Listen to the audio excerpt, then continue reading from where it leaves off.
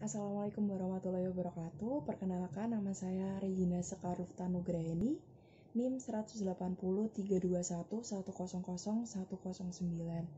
Di sini saya akan menjelaskan tentang analisis conjoin, analisis jalur, dan analisis time series.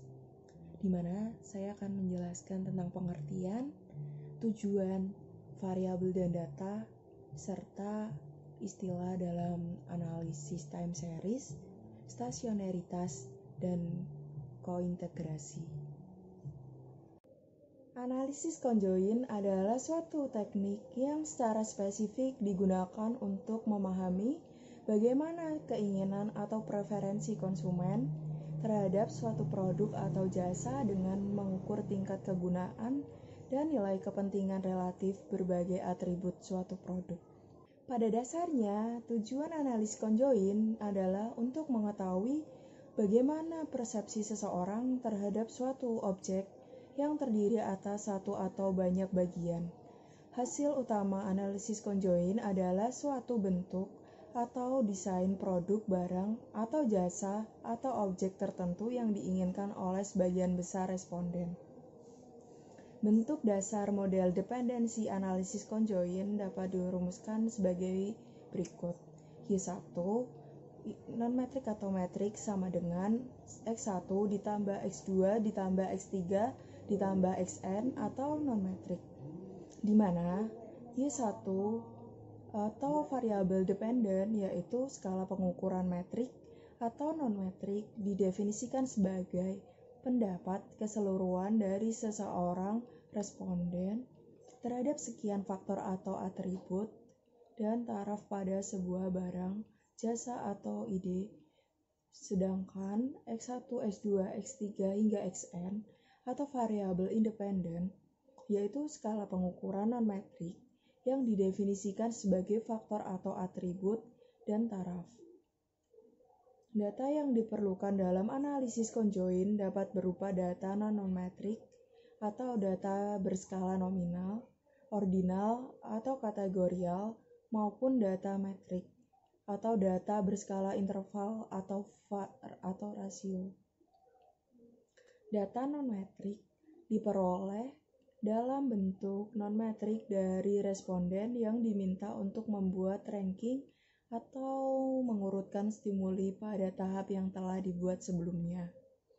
Rankingan dimulai dari 1 dan seterusnya hingga ranking terakhir bagi stimuli yang paling tidak disukai. Pada data metrik diperoleh dari responden yang diminta untuk memberikan nilai atau rating terhadap masing-masing stimuli. Dengan cara ini, responden akan dapat memberikan penilaian terhadap masing-masing stimuli secara terpisah. Pemberian nilai atau rating dapat dilakukan melalui beberapa cara, yaitu yang pertama, menggunakan skala Likert mulai dari 1 hingga 5, di mana 1 adalah yang paling tidak disukai dan 5 adalah yang disukai. Yang kedua, menggunakan nilai ranking, artinya satu stimuli yang paling tidak disukai diberi nilai yang tertinggi serta dengan jumlah stimulinya, sedangkan stimuli yang paling disukai diberi nilai 1. Analisis jalur merupakan pengembangan langsung bentuk regresi berganda dengan tujuan untuk memberikan estimasi tingkat kepentingan atau magnitud dan signifikansi hubungan sebab akibat hipotetikal dalam sebuah perangkat variabel.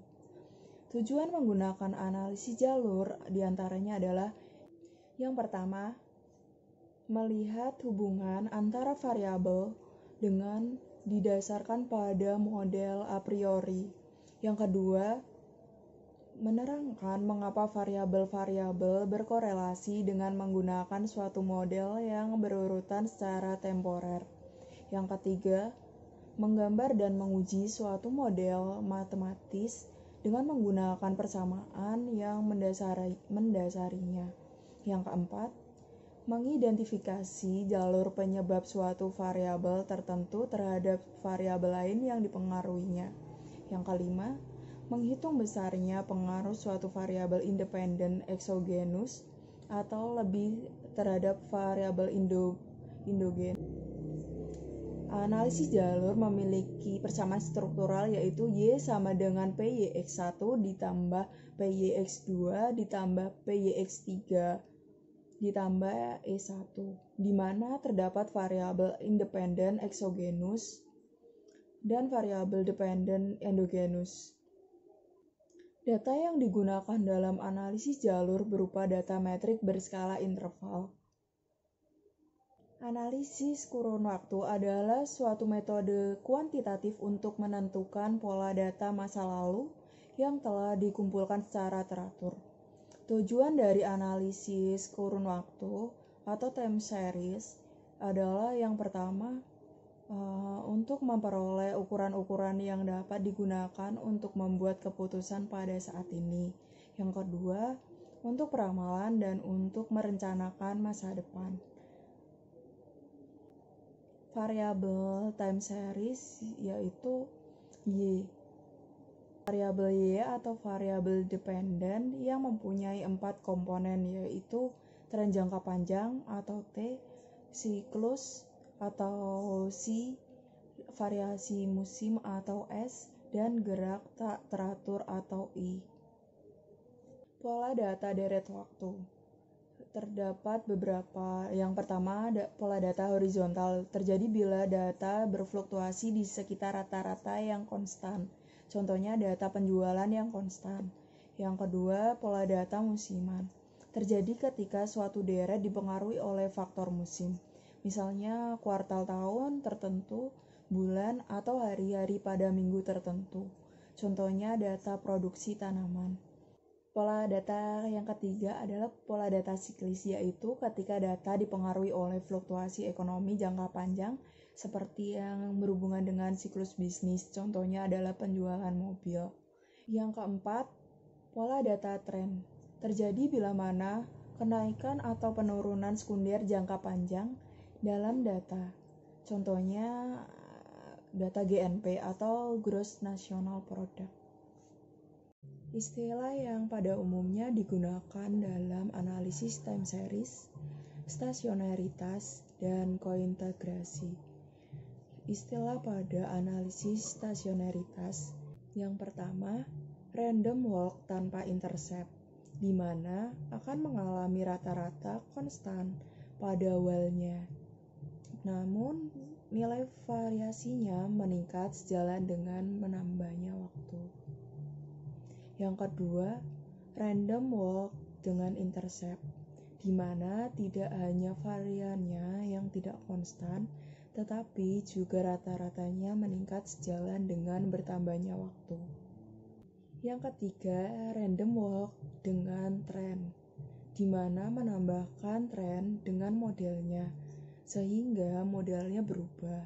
Walaupun hasil variansinya konstan maupun nilai rata-ratanya berubah sepanjang waktu, sehingga model masih belum stasioner. Yang keempat, random walk dengan intercept dan trend, di mana dengan adanya intercept pada model random walk trend akan mengakibatkan rata-rata dan varians tidak konstan. Istilah pada analisis time series. Yang pertama, tren, yaitu suatu gerakan yang menunjukkan arah perkembangan atau kecenderungan menarik atau menurun. Yang kedua, gerakan musiman adalah suatu gerakan yang mempunyai pola tetap dari waktu ke waktu. Yang ketiga, gerak siklis atau gerak jangka panjang di sekitar garis tren berlaku untuk data tahunan. Yang keempat, error atau irregular adalah gerakan yang sporadis atau yang tidak tertentu. Istilah pada analis kointegrasi. Yang pertama, tren ekspor dan invers digunakan untuk menghilangkan variabel yang tidak stasioner tersebut sehingga menghasilkan residual yang stasioner. Yang kedua, Error kointegrasi adalah penyesuaian menuju keseimbangan jangka panjang. Yang ketiga, error correlation machine atau ACM adalah suatu teknik untuk mengoreksi ketidakseimbangan jangka pendek untuk menuju keseimbangan dalam jangka panjang.